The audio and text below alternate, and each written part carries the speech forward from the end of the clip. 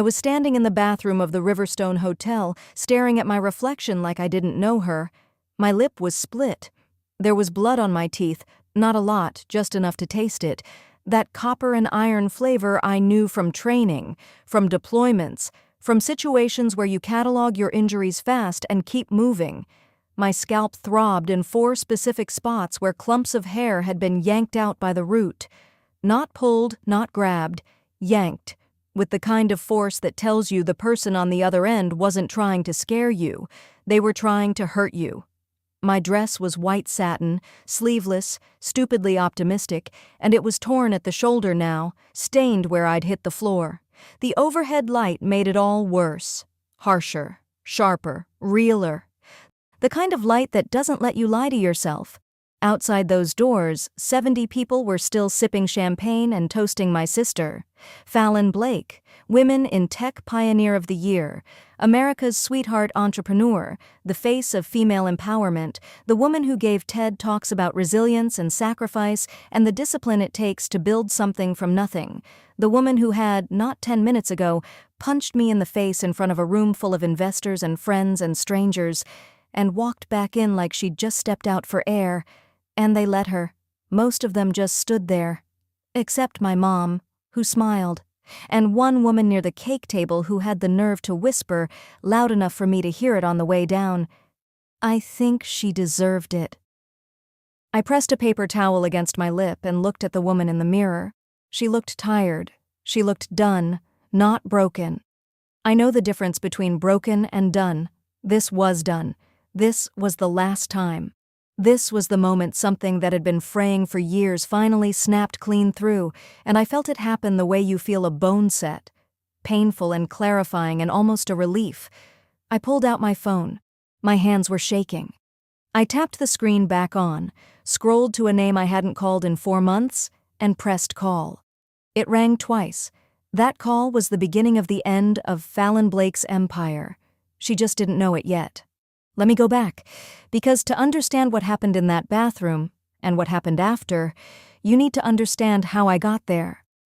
I had been home from Hawaii for 11 days when the invitation arrived, 6 months stationed overseas, 6 months of heat and protocol, and pretending I was fine with the way people looked at uniformed women, like we were either inspiration porn or a punchline, never just people doing a job. I wanted 1 week of nothing. Silence, bad television, a bed that didn't have a regulation tuck. I was 2 months from a reassignment I'd been working toward for 3 years, and I was so close I could feel it. The kind of close where you hold your breath because you're afraid to disturb the air around the thing you want. The invitation came in the mail. Cream cardstock with gold trim, the kind you order in batches of 500 because you want people to know before they even open it that whatever's inside costs more than their dinner. Fallon Blake, Women in Tech Pioneer of the Year. Join us for an exclusive evening of celebration at the Riverstone Ballroom, Denver. Black tie optional. My name was written at the bottom in ballpoint ink. Not printed, written in my mother's handwriting, like she'd grabbed a pen at the last second and added me the way you add a +1 you feel obligated to include. Love, Mom. The pen had skipped on the M. She hadn't bothered to rewrite it. I stood over the recycling bin with it for a solid 30 seconds. Then I put it on my counter and walked away. Then I came back and looked at it again. Then I called the airline. I don't know what I was hoping for. The honest answer is something embarrassingly simple. I wanted to be seen. Not celebrated, not thanked. Just seen. To walk into a room where my family was and have someone look up and think, "Oh good, she's here." I'd been in the military for 11 years. I'd earned commendations and promotions and the respect of people who didn't give it cheaply. And still, somehow the one place I couldn't earn it was a Blake family dinner table. But I went. Stubborn, loyal, maybe masochistic. I went. I flew into Denver Thursday afternoon and Ubered straight to the venue. The Riverstone Ballroom was exactly as over-the-top as Fallon herself. Gold chairs, floral centerpieces that rose like wedding arches, servers in tuxedos, a chandelier that made you feel underdressed just by existing beneath it, a step-and-repeat banner near the entrance with Fallon's face on it, enormous, lacquered, absolutely certain of itself. I moved toward the wall and scanned the room. My mother was doing her politician smile tour, moving cluster to cluster, performing warmth with the practiced ease of someone who'd been doing it for 30 years. She didn't see me, or if she did, she didn't indicate it. My father wasn't there. He never was. Fallon was in the center of the room holding court, black dress, perfect makeup, doing the laugh she performed when she knew people were watching, slightly too musical, held half a second too long. I made my way to the gift table. I'd spent time on my gift. I'd found an old photograph, the two of us at maybe 8 and 11 years old, standing in the backyard squinting into the sun. Had it restored and framed in simple dark wood. In the photo, Fallon is laughing a real laugh, and I am looking at her like she is the funniest person I've ever seen. We looked like sisters who liked each other. We looked like A before. I set it on the table carefully and stepped back. "Wow," said a voice behind me. "Didn't expect you to show." I turned. Fallon was standing 3 feet away, champagne glass in hand, smile in place, eyes calculating. She glanced at the frame, picked it up, looked at it the way you look at junk mail before you drop it in the trash. A single flat second of acknowledgement, no more. She set it back down without a word. "Try not to make a scene tonight, Savannah." Her voice was pleasant, helpful even. "We both know you have a history." I looked at her. I thought about the flight, about every family dinner where I'd been invisible, about every phone call from overseas that went to voicemail. "A history of what?" I said. "Breathing too loud at dinner? Not clapping hard enough when you won most likely to succeed in 8th grade?" Something shifted in her face. Just a hair. She stepped closer. "You always had this jealous little streak, the way you've always needed to make everything about you. You act like joining the military makes you better than us." The pleasantness was cracking now, showing stress lines underneath. "Like it gives you some moral high ground the rest of us don't have access to." "I didn't join to be better than you," I said. Quietly, I meant it. "I joined to get away from you." The champagne glass was still in her hand. Then it wasn't. Her hand shot forward and connected with my face. Not a slap, a punch, the knuckles of her right hand hitting my cheekbone with a force that snapped my head sideways and sent a white flare of pain across my vision. Then her other hand was in my hair, twisting and yanking, and she was moving, pulling me with her, dragging me across the ballroom floor toward the double doors. I tripped, caught myself on someone's chair, knocked a champagne flute off the table and heard it shatter somewhere behind me. Her heels clicked against the marble like gunshots, steady and purposeful. The room had gone silent in that particular way crowds go silent when they're witnessing something they've decided isn't their problem. I heard gasps, a few uncomfortable laughs. Someone near the stage said, "Fallon, stop," in the tone of someone fulfilling an obligation they had no intention of backing up. We passed the cake table. My mother was standing there. She watched us go. She did not move. She stepped slightly to the side to let us pass the way you step around a couple arguing on a sidewalk, and she sipped her champagne. Her expression was not alarm. It was not horror. It was the faint, satisfied expression of a woman watching something go exactly as expected. Fallon pushed through the double doors and released my hair in one motion. I stumbled forward into the corridor and caught myself against the wall. My scalp burned in those 4 specific spots. My cheekbone throbbed. I stood still and breathed through my nose and listened to the sound of my own pulse. Behind me, the sound of fabric. Fallon smoothing her dress, a long exhale. Then her voice, low and controlled. "I told you not to make a scene." And she walked back in. The doors swung shut. The hallway was empty and quiet, and the carpet absorbed sound the way it absorbed footsteps. I stood there and thought, with a clarity that surprised me, that's the last time. Not the last time she'd try something, the last time I'd let it pass. I pushed into the women's restroom and stood under the overhead light and looked at the woman in the mirror. Trained, standing, done. I pulled out my phone and scrolled to the name and pressed call. It rang twice. Then, "Savannah." His voice was calm, clipped. "Miles Truitt, First lieutenant, legal support, Camp Pendleton, the man who had trained himself out of unnecessary vocal affect because he understood that how you sound in the first 5 seconds shapes everything that follows. "I need help," I said. It was the simplest thing I could say, and also the truest. He didn't ask if I was okay. He said, "Where are you?" I told him. 20 minutes. He'd be there. I rinsed my mouth and pressed a paper towel against my lip and waited for the bleeding to slow and thought about the thing I hadn't told anyone yet, the thing I'd been carrying like an unexploded device for 6 weeks. Fallon hadn't just punched me tonight. She had been robbing me for years. The diner across the street was the kind of place that stays open late for no reason other than stubbornness. Bad lighting, sticky menus, a coffee machine that sounded like it was suffering. I took the last booth with my back to the wall and stared out the window at the hotel's valet stand. Miles walked in 17 minutes after I'd called.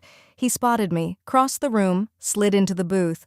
He clocked the bruising under my eye, the swelling on my jaw, the way I held my left arm slightly close because my ribs ached. He said nothing for a moment. Then, "What do you need?" Something cracked open at that. Not dramatically, not visibly, but the way ice cracks under weight before it gives. Because no one in this family had ever just asked. Everyone always told me what I needed: perspective, patience, to be proud of my sister. I told him everything. Tonight first, the invitation, the gift, the 15 seconds between my last sentence and her fist, the room full of people who watched and said nothing, my mother stepping aside with her champagne, and then the thing I hadn't said aloud to anyone, 3 months ago. Checking my credit report for the first time since my last deployment, I had found an account I didn't recognize. A credit line, open and active, tied to my military service record. An account I had never opened. For a loan I had never applied for. $180,000. The recipient account was an LLC registered in Colorado, Radian Arc. Fallon's tech startup, the company at the center of her Pioneer of the Year award, whose origin story involved, as she told it in every keynote and podcast appearance, her sister's military service inspiring her to build something with discipline and sacrifice and fearless commitment. That sister was me. That discipline was mine. That story was mine. And now, apparently, so was the debt. Miles listened without interrupting. When I went quiet, he sat still for a moment, thinking fast. "You have proof." A folder. Bank documents. Emails she forwarded by mistake. She listed me as co-founder on her startup application. My name, my service record, my DD-214. I paused. She forged my signature. "How long have you been sitting on this?" 6 weeks. "Why?" I looked at the window. Because I kept thinking there was an explanation. Some version where she wasn't deliberately using my name to defraud a federal lending program. I looked back at him. Then she punched me in the face in front of 70 people, and I stopped looking for explanations. Miles was quiet for exactly 3 seconds. Then, "I know someone." He showed me the name on his phone. Dante Sutter, former IRS criminal investigation, currently independent. He tracked financial fraud the way a good Marine tracked targets, patiently, comprehensively, without mercy. He'd helped Miles on a JAG case 2 years ago involving fraudulent veteran housing. The man had found things buried in spreadsheets that 3 federal auditors had missed. "I don't want a quiet settlement," I said. "I don't want an apology. I want the whole thing exposed, every dollar traced, every lie documented. I want a real, permanent public record of exactly what she did." Miles looked at me for a moment. Then, "Okay, no qualifications, no warnings, just okay." Like it was simple, like it was obvious. He stood up and opened the diner door, and I followed him into the cold. And the last thing I heard before the door closed was the faint sound of applause drifting from across the street, from the Riverstone Ballroom, where my sister was probably just then accepting her award. Dante Sutter lived in a beige house in Aurora with a red door and 0 personality. The porch light clicked on before we'd taken 3 steps, and the door opened before we knocked. He was barefoot, holding a coffee mug repaired badly with electrical tape. wearing a t-shirt that read, "Death by Audit." He had the look of a man who hadn't slept in 2 days, but had the energy of someone who'd found a genuinely interesting problem to solve. "Savannah Blake?" he said, like confirming a reservation. "Come in. I already pulled your records. Miles texted you 15 minutes ago. Basic scan takes 4 minutes if you know where to look." He turned and walked back inside. "3 military credit accounts in your name. 2 are what I'd expect. The third one's interesting?" His kitchen table had been cleared. His laptop was open. A machine repaired so many times with duct tape and stickers, it was impossible to determine the original color. The stickers said things like, "I know your secrets," and "The IRS is my love language." He sat and started clicking through screens with the brisk confidence of someone who found this just as engaging as the first time. I laid it out. The credit line discovery, the LLC Fallon's company, the forged signature. I gave him dates, account numbers, the lending institution. He listened without looking up, fingers moving constantly, cross-referencing, scanning. Then he spun the laptop to face me. My name, my social security number, my DD-214, my certificate of release from active duty, the most foundational document of my military service, filed as supporting documentation for a loan application I had never seen, never signed, never submitted. Recipient account, Radian Arc LLC, registered owner Fallon M. Blake. Amount, $180,000. Application date, 10 months ago. I had been in Okinawa. "She forged your signature," Dante said, zooming in. "See the digital C in your first name? Slightly mirrored. And the timestamp on the signature block doesn't match the submission metadata. Whoever did this didn't think anyone would check." He sat back. "Amateur hour." "She's not that careless," I said. "She had help." Internal enabler at the institution. Someone in the approval chain looked the other way. They left footprints. People always leave footprints. Already clicking again. "I'll find them." Miles leaning against the refrigerator with arms folded. "Criminal exposure?" "Wire fraud across state lines. Federal. Identity theft tied to military benefits. Specific federal statute. Enhanced penalties. If there's a bribe, that's a third charge." Dante paused. "She's looking at serious federal time if this goes criminal." I stared at the document. My name, my number, my service, used without my knowledge to fund a company I had never been part of, to build a public identity of female empowerment that Fallon had been selling to investors and conference audiences for 2 years, on the foundation of a life she had stolen from a sister she publicly humiliated at award ceremonies. "There are other victims," I said. Both of them looked at me. "I don't have proof yet, but I know Fallon. This is not the first time." I looked at Dante. "How do we find them?" He almost smiled. "That," he said, "is what I do." We didn't sleep. Miles cleared his dining room table, and it became something between an evidence board and a tactical operations center, which felt right. I had been trained for this. The systematic gathering of intelligence, the construction of an unassailable record, the patient work of building a case so tight that no amount of PR spin could crack it. I walked Miles through my folder document by document. Bank statements. 2 emails Fallon had forwarded to me by mistake. In one, she referenced my deployment profile in an investor pitch, presenting my service history as formative to her own leadership. In the other, her COO had asked whether they needed my written consent to use certain language in the grant application. Fallon's reply was 3 words: "Just leave it." Miles photographed that email without comment. We traced the timeline. 11 months ago, Fallon had sent me an email with the subject line, "Hey, quick thing." She said she needed my leave and earnings statement for a tax comparison, something about Mom's financial paperwork. I had been in Okinawa in the middle of a training rotation with 40 minutes of personal time per day. I glanced at the email, forwarded the document without reading it carefully, and went back to work. That document contained my pay grade, service branch, military occupational specialty, and a reference number that had authenticated the loan application. "She timed it," Miles said. "She waited until you were deployed." until you were unreachable enough to not ask questions and disciplined enough to respond to a family request without analyzing it. She used my own discipline against me, I said. It wasn't anger, just accuracy. Dante called in at 1:30 a.m. via video from his basement, 2 monitors, an archaeology of empty Red Bull cans.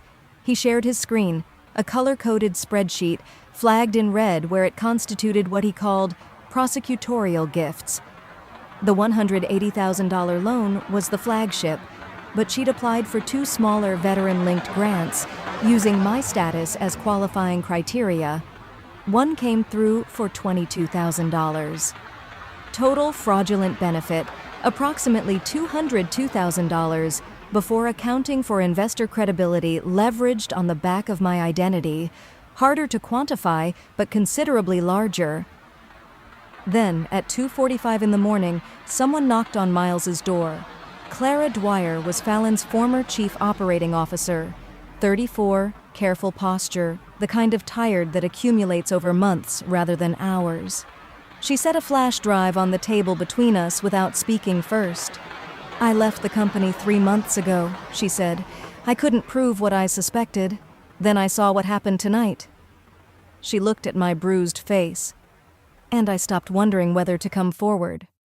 The flash drive contained 3 months of internal documents she'd saved before leaving, email threads, edited press kits, early speech drafts with tracked changes, a vendor contract with a revision history showing exactly when certain elements were added and by whose instruction. Fallon had directed her team to reference my service in investor materials without my consent, initially oblique, inspired by the discipline of military service, then increasingly specific, my rank in a pitch deck, my deployment history in a board letter, one speech draft claiming Fallon had spent years watching her sister navigate combat zones, which was not true in any sense, another claiming our father was a Navy SEAL. He sold insurance. He had never served a day in his life. She told the team it was narrative shorthand, Clara said. She said audiences respond better to a military legacy story than to the truth, that she grew up in a comfortable suburb with 2 parents who supported her from the time she was 12. Then Miles found the pitch deck slide. Slide 7. A photograph. Me at my basic training graduation. One of the hardest things I had ever done, one of the proudest moments I had ever had. I was in uniform, standing straight, having earned everything about that moment. Next to me in the photograph was Fallon, in uniform. She had photoshopped herself in, the insignia slightly wrong, the stance slightly off, and placed the result at the center of her startup pitch deck under the heading, "Built on the Values That Matter." I stared at that image for a long time. She had dressed herself in my moment. Walked it into boardrooms, sold it to investors, built a company on it and called herself a pioneer. Clara said, "You want to take her down?" "I want her off my name," I said. "I want every lie documented and every dollar traced, and I want the people who clapped for her tonight to understand exactly what they were clapping for." Clara reached across and closed my fingers around the flash drive. "Then I'll sign it," she said. I registered a domain name the next morning. $9, valortheft.com. The site was not sophisticated. Black text on a white background. No graphics, no design. Just words and documents. One line at the top. "This is what it looks like when a civilian sister steals from a servicewoman and calls it empowerment." Beneath it, I uploaded everything. The forged loan application, the grant documents, Clara's emails, the pitch deck slide with the photoshopped graduation photo, a side-by-side comparison of Fallon's publicly stated account of my military service versus my verifiable deployment record. I thought about my promotion, about the 2 months between me and the reassignment I'd spent 3 years earning, about all the ways Fallon could spin this, the unstable sister, the difficult family member, the woman who couldn't handle her sister's success. Then I thought about my mother stepping aside, about 70 people deciding it wasn't their problem, about the woman near the cake table who whispered that I deserved it. I clicked publish at 10:17 p.m. By 10:35, the site had 3,000 hits.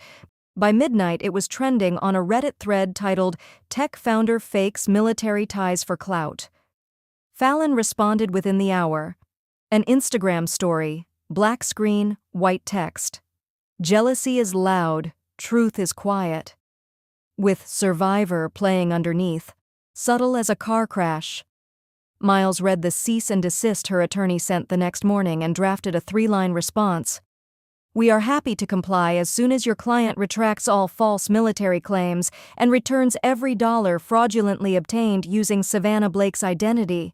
Until those conditions are met, we will continue to publish factual information in the public interest. Buckle up." I wanted to frame it. Then Fallon released a video. 8 minutes. YouTube. Title: "My Truth." She was in a gray turtleneck, soft, unshowy, the visual language of a woman who wanted to appear stripped of artifice. Hair loose, makeup minimal, which meant it had taken longer than her full event face because minimal has to be engineered. Soft piano underneath. She looked directly into the camera with watery eyes and said, "I've always believed in women supporting women. That includes my sister Savannah, who has struggled with adjusting to life after her years of service. It breaks my heart to watch her channel that pain into something destructive. I love her deeply. I hope she gets the help she needs." I paced the length of my hotel room twice. "She's turning a federal felony into a Lifetime movie," I said. "Let her perform," Dante said on video from his basement. "Every minute she does theater is a minute she's not doing anything strategically useful. We don't respond to the video. We post receipts." So we posted receipts, one by one. Scanned originals, time-stamped PDFs, bank statements, the doctored graduation photo. And then a clip from Savannah's promotion ceremony, Fallon sitting in the family section, 3 rows back, checking her phone, looking at the stage with the expression of someone fulfilling an obligation. It got 100,000 views in an hour. Then the submissions came. I had added a form to the site. "If she used you, speak up." The first message arrived that evening, 3 more overnight. By morning there were 15. These were not women with grudges. They were women with documentation. One veteran named Kara had shared a detailed curriculum for a veteran coding boot camp with Fallon after Fallon reached out about a collaboration. The collaboration never happened. The curriculum appeared in Radian Arc's programming materials 4 months later. Another had given Fallon her veteran nonprofit's email list for a joint outreach campaign. Fallon had cold emailed the entire list for her own fundraising round. A former Army intelligence officer had been listed without her knowledge as a military advisory board member in Radian Arc's investor materials. She had never had any relationship with the company. 15 testimonies, 2 anonymous, all pointing to the same picture. Fallon wasn't just stealing valor. She was running a systematic operation against women who actually served, women whose discipline made them unlikely to make noise, whose service gave them credibility she could access without earning. Investigative journalist Elise Navarro found me the next afternoon. Former war correspondent, 12 years in the field, spent the last 4 doing long-form investigations. Her most recent piece had exposed a senator's financial ties to a fraudulent veteran nonprofit and prompted an FBI audit. She didn't write takedowns for clicks. She built cases. Her email subject line, "We need to talk. Off record first." 10 minutes later, we were on a secure video call. She was in a converted garage, earbuds in, speaking with the clipped efficiency of someone who had learned that satellite connections in war zones do not reward preamble. "I've been watching Fallon Blake for 7 months," she said. "Something didn't smell right. Too many polished surfaces, not enough friction. Your site confirmed everything." She paused. "I want to write this.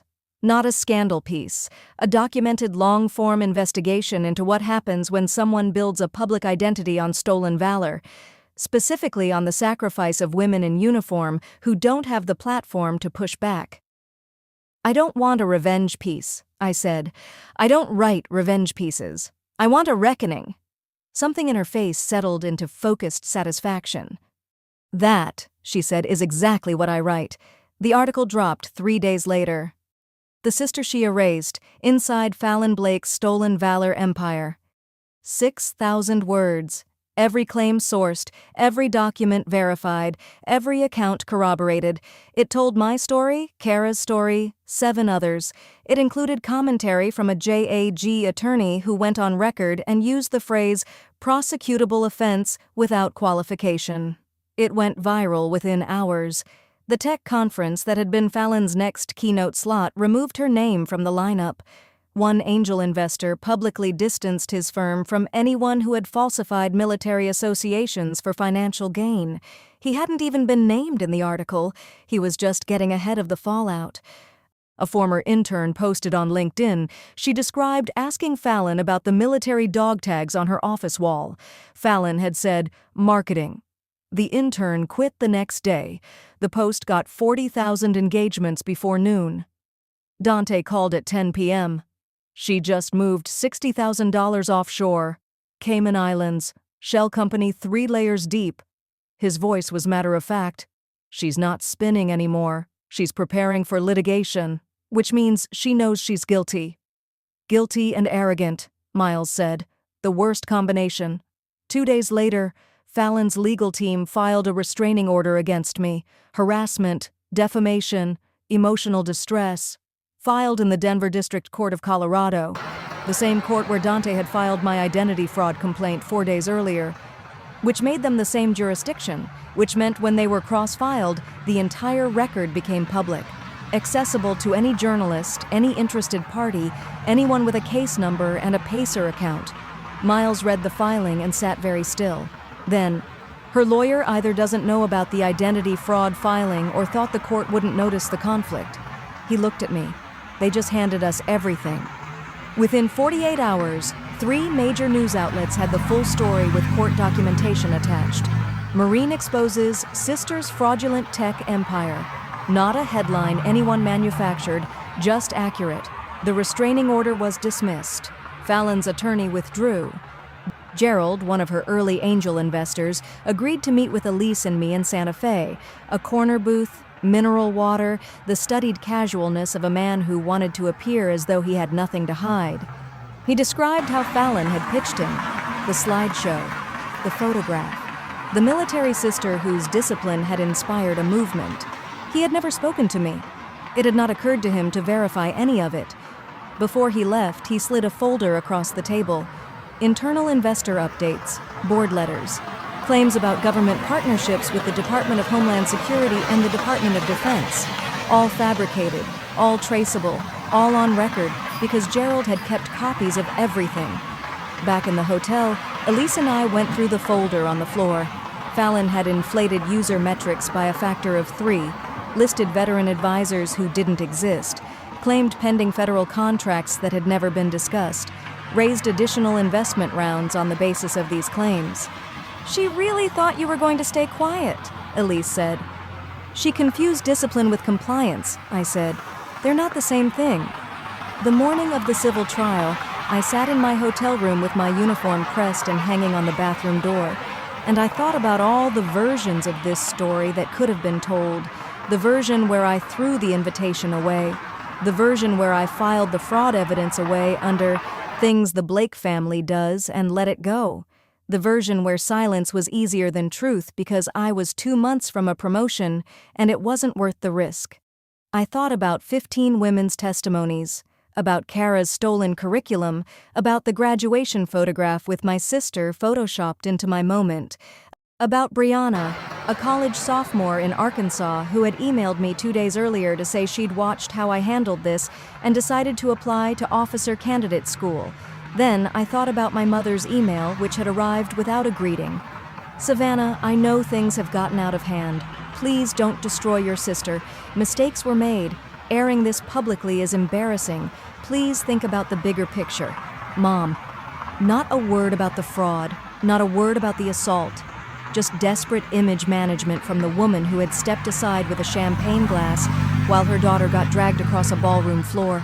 I forwarded it to Miles with one line, "Keeping this for the record," he replied with a thumbs up. The courtroom was a large beige room with fluorescent lighting and the flat silence of a place where important things happen in unglamorous surroundings. The gallery was full.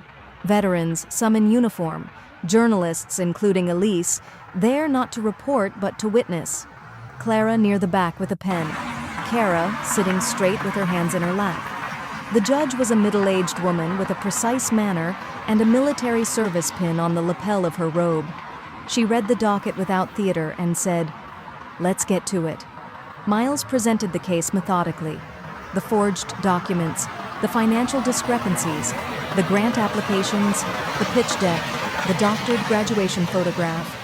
Fallon's recorded statement from mediation, her voice filling the courtroom, saying that service makes a person tired rather than interesting. He played it once and let it sit in the room without commentary. The judge took notes. Clara testified in the same tone she'd used at Miles's kitchen table. Factual, sequential, unperformed. Every instruction she'd received to use my service record in investor materials. Every time she'd been asked to adjust language, enhance claims, leave things in place she knew weren't true. She described the moment she decided she couldn't continue. A board letter in which Fallon had claimed the company's operational philosophy was directly derived from combat readiness principles instilled by our co-founder's active service. Clara had gone home that night and written a resignation letter. Fallon's attorney tried to frame her as a disgruntled former employee. Clara looked at him steadily. "I resigned because I have a conscience," she said. "She stayed because she doesn't." Kara testified as a character witness. She was 21, and she did not have trained composure, and she didn't pretend to. She spoke simply, and she said what she'd observed, and she ended with, "No one gets to put on the uniform metaphorically while someone else earns it the hard way. That's not empowerment. That's theft with better lighting." Fallon's attorney objected. The judge overruled. Then I took the stand. I didn't have notes. I didn't need them. I told them about the night at the Riverstone, the dress, the gift, the way Fallon held it like a grocery receipt. I told them what I said and what she said and the physical sequence of what followed, with precision and without editorializing, because the facts were damning enough without my opinion attached. Then I told them about the loan, the grant applications, the emails, the pitch deck, what it felt like to see my name on documents I had never signed, attached to a company I had never joined, in support of a public identity I had never consented to. What it felt like to watch the hardest thing I had ever done turned into a marketing slide that investors flipped past in pitch meetings. "I have spent 11 years earning my name," I said. "Every rank, every commendation, every ounce of credibility I carry, I earned it. I earned it in conditions most people in this room will never experience. I earned it while my sister was using it to raise money." I paused. I didn't come here for revenge. I came for accountability. Fallon Blake used my identity as a prop. She sold my service like it was inventory. She built a brand on a life she never lived. And when I finally said no, she called me unstable. I looked at the judge. "I'm not unstable. I'm just not quiet anymore." The room went very still. Fallon's attorneys offered their closing in the tone of people who know they've already lost and are managing the margin. Words like miscommunication and overstated narrative and complex family dynamic, a language spoken by people who had run out of anything real to say. The judge returned the verdict without extended deliberation. Fallon Blake, liable. Civil identity theft, defamation, misappropriation of military likeness for financial gain. Damages, $280,000. Then she looked directly at me. "You wear your uniform with more integrity than some wear their entire lives. Thank you for reminding this courtroom, and your country, what service actually means." The room didn't erupt. It went quiet. The particular quality of quiet that fills a space when something true and final has been said and doesn't need anything added to it. Radian Arc went dark 11 days after the verdict. The website returned a 404 error. Instagram disappeared. LinkedIn returned no results for Fallon Blake. Dante sent me a link to the archived page with a single subject line: "Ghosted." The VA fraud watch list flagged her name within the week. The IRS opened an inquiry. Dante's updates arrived with the brevity of a man who found bureaucratic consequences deeply satisfying. IRS circling. Cayman transfer flagged. She's going to be very busy with lawyers. I replied to his last message. She wanted my status. Now she can have my consequences. My commanding officer called me into his office the week I returned to base. He closed the door. Blake, most people are told to leave their personal business at home. You managed to conduct yours in a federal courtroom and come out with your record cleaner than when you went in. He leaned back. The recruiting office could use someone like you. Young women walk in every day with the same look you probably had 11 years ago. Part fear, part hope, no idea who they'll become. I want you to show them what it looks like when someone walks in with nothing but the right reasons and walks out with something worth having. It didn't feel like a demotion. It felt like a mission. 2 weeks later, I stood in front of a classroom of ROTC juniors at a community college near Fort Carson. No slides, no talking points, just me in uniform and the kind of silence that falls when young people sense the person in front of them is about to say something real. I told them what Fallon had never understood, that you don't need to be the face of something to be the heart of it, that someone had spent 2 years taking my service and repackaging it into pitch decks and keynotes and charging admission for it, that she got the applause, and I told them what she didn't get. "What's that?" a girl in the third row asked. "Respect from people who actually know what it costs to earn it." Nobody clapped, nobody cried, but nobody looked away. That was enough. Afterward, a girl waited near the door while the others filed out, maybe 17, with the wariness of someone who had been told more than once that what she wanted was too much. "My sister always tells me I'm not built for stuff like this," she said. "What do you think?" I asked. She lifted her chin slightly. "I think I want to prove her wrong." "Good, but don't do it for her, do it for you." She nodded once, like that was the answer she'd been waiting for, and walked out. I submitted a short essay to a veteran podcast that spring. No music, no production, just my words saying what I had been working toward saying for a long time, that I used to believe my sister had stolen something from me. My story, my image, my value. That I had come to understand she hadn't stolen those things. She had only delayed them.